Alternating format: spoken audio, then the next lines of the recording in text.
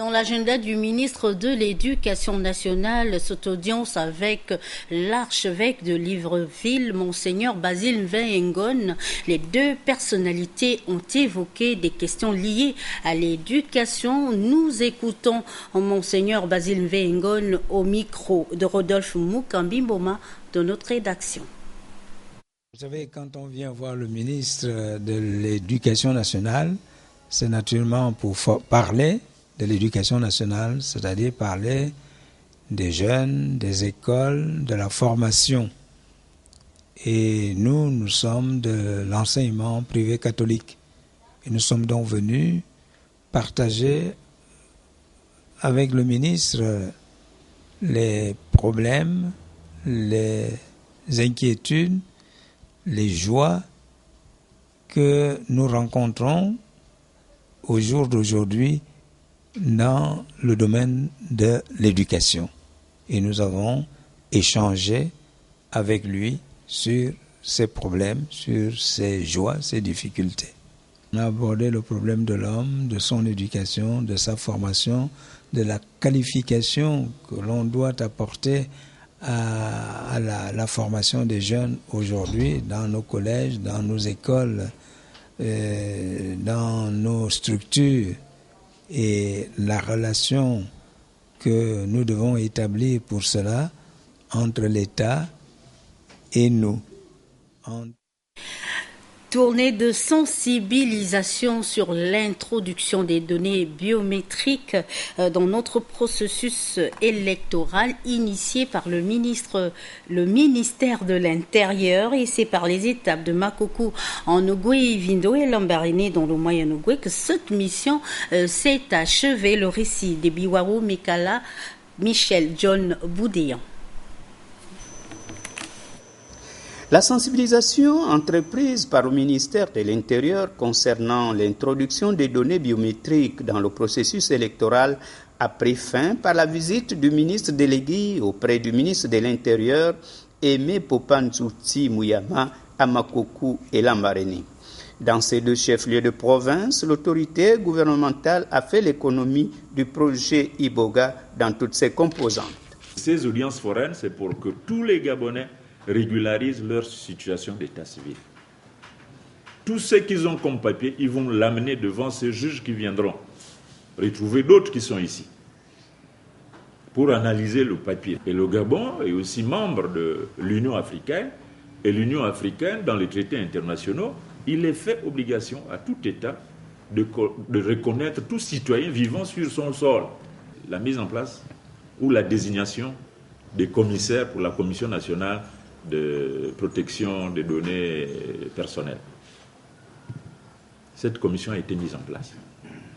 Donc il n'y a plus rien qui bloque. Même demain, on peut commencer. Mais pour commencer, il faut des agents enrôleurs. On a fini la formation des agents formateurs qui vont, d'ici une semaine, d'ici 10 jours, vont être éparpillés dans tout le Gabon pour former d'autres qui vont servir d'agents enrôleurs. Le projet Iboga vise l'amélioration de la transparence des résultats électoraux qui seront reconnus et acceptés par tous afin que notre jeune démocratie sorte grandie. Mais tout cela n'est possible que si chaque Gabonais joue sa partition.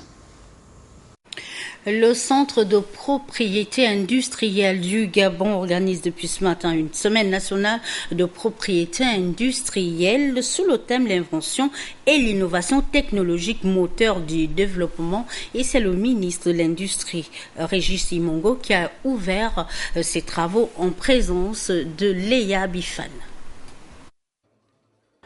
Une semaine pour vulgariser la propriété industrielle. Le Centre de propriété industrielle du Gabon a choisi de réunir les inventeurs et les artisans autour de l'invention et l'innovation technologique, moteur du développement, thème de cet événement. Cette semaine servira non seulement de plateforme d'expression pour les inventeurs et innovateurs à travers le Salon national organisé à cet effet, mais également le lieu pour les opérateurs économiques, les chercheurs, des étudiants. Et même le grand public de comprendre l'intérêt de la propriété industrielle au cours des différentes conférences scientifiques qui seront développées. Mais le développement de la propriété industrielle nécessite une politique permettant de favoriser l'invention et l'innovation. Le Salon des inventions n'est pas seulement l'occasion de célébrer le talent inventif national, mais bien plus. Il constitue un élément de stimulation et d'encouragement de ces hommes et femmes qui ont choisi, pour certains, de consacrer leur vie à la recherche. Le salon suscite la créativité et rappelle que le pays dispose d'un potentiel, celui de son propre génie, celui du dynamisme de ses chercheurs.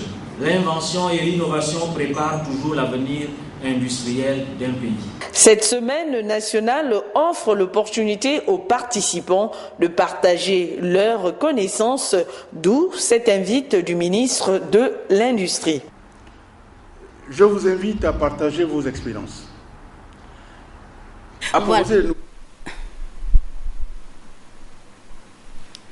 Voilà, ce sont les aléas du direct. Nous allons revenir sur cet élément au cours de nos prochaines éditions d'information. Et sur ce plateau, nous recevons Monsieur Tabouna Honoré. Bonsoir. Bonsoir. Alors, vous êtes expert en biodiversité et économie de l'environnement à la CAC. Ce soir, vous êtes là pour nous parler de la création d'un consortium, c'est ça, pour la recherche, l'innovation et la formation pour le développement de l'Afrique centrale. Pourquoi ce consortium? À quoi va-t-il servir? Quel est son rôle? Merci beaucoup, madame. Ce consortium, d'abord, c'est une innovation organisationnelle ici en Afrique centrale. C'est une réponse, disons, de la communauté économique des États de l'Afrique centrale à la volonté des chefs d'État exprimée en octobre 1983 quand ils ont créé donc la CEAC. Donc, il est question donc de voir comment organiser la recherche en Afrique centrale. Donc, ce consortium, c'est une réponse à l'intégration donc de la recherche au niveau de l'Afrique centrale entre les institutions de recherche nationales et d'autre part entre les chercheurs de la sous-région et les partenaires qui sont donc internationaux mais qui exercent au niveau de la sous-région. D'accord. Alors demain aura lieu la cérémonie de signature justement de ce partenariat. Exactement. Est-ce que vous pouvez nous en dire un mot? Oui, donc demain, 7 novembre 2012, oui. C'est une grande, journée, une journée historique pour la recherche en Afrique centrale, la formation, l'innovation et la technologie. Donc à l'hôtel, à la résidence hôtelière Maïcha ici à Libreville, sera donc organisée la cérémonie de signature qui sera structurée autour donc de deux axes. Premier axe, donc une présentation de la vision de la recherche, de la science, de la technologie et de l'innovation présentée par l'Afrique centrale. Et après, nous aurons donc les allocutions du président de l'IRD qui représente l'AIRD. Et nous aurons l'allocution du secrétaire général de la CEAC. Et après, le représentant du gouvernement de la République gabonaise. Et après donc ces allocutions, nous allons passer donc à la signature du protocole d'accord portant la création donc de ce consortium qui est le CRIFDAC. D'accord, merci d'être passé nous voir. De toute façon, Gabon Télévision va vous accompagner dans la médiatisation de cette activité. Alors, dans le reste de l'actualité, notre attention se focalise ce soir sur les pratiques peu orthodoxes de certaines sociétés forestières qui ne respectent pas les normes d'exploitation de la forêt en République gabonaise. Le ministre est évidemment monté au créneau pour interpeller ces derniers. Le reportage est signé Jean-Augustin Ndiengi et Marley Smengi. Le problème de l'exploitation anarchique des essences forestières gabonaises était au centre de la séance de travail entre Gabriel Nchango, ministre des Eaux et Forêts, et les responsables de la société chinoise Wadja. Cette entreprise de l'Empire du Milieu aurait abusivement exploité des essences, foulant ainsi au pied le Code forestier gabonais et la Convention 566 signée entre le Gabon et cette société chinoise. Sur le terrain, il y a eu plusieurs infractions qui ont été retenues. Nous avons le non-respect des normes de spécification, des normes de transformation par la société Wadja. Nous avons la non-présentation des éléments de production et dans le cadre également de la coopération entre le Gabon et la Chine, d'où la convention qui avait été donnée à la société Wadja, il y a eu des obligations qui étaient liées à cette convention-là.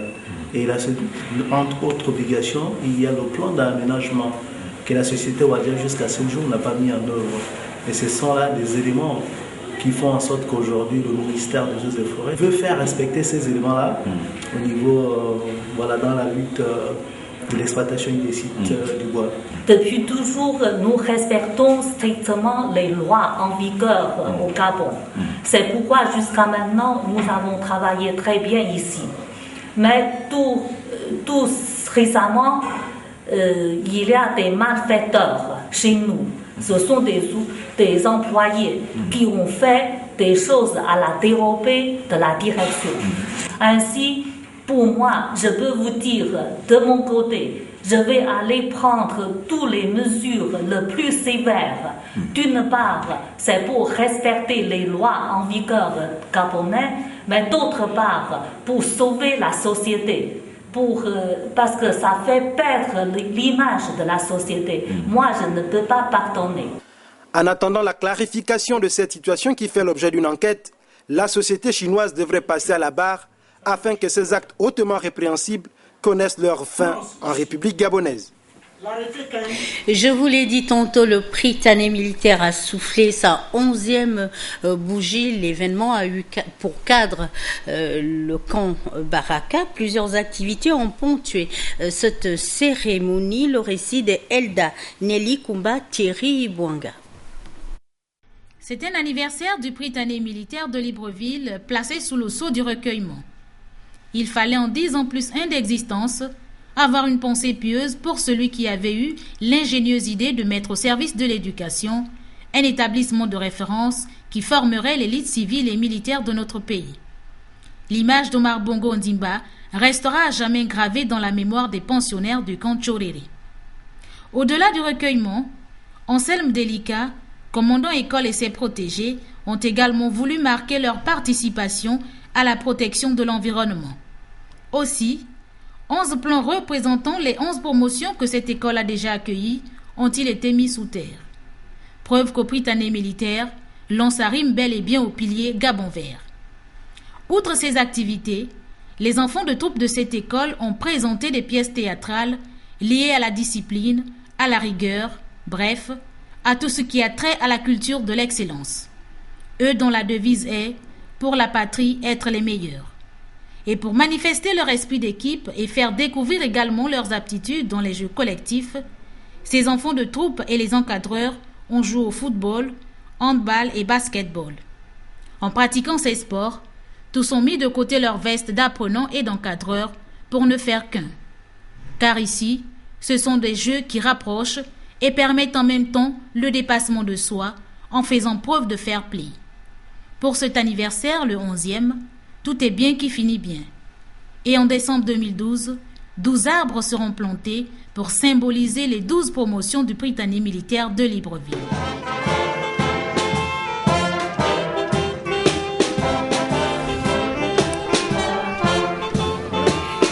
Élection présidentielle aux États-Unis. Nous allons revenir sur cette actualité phare au cours de nos prochaines éditions d'information.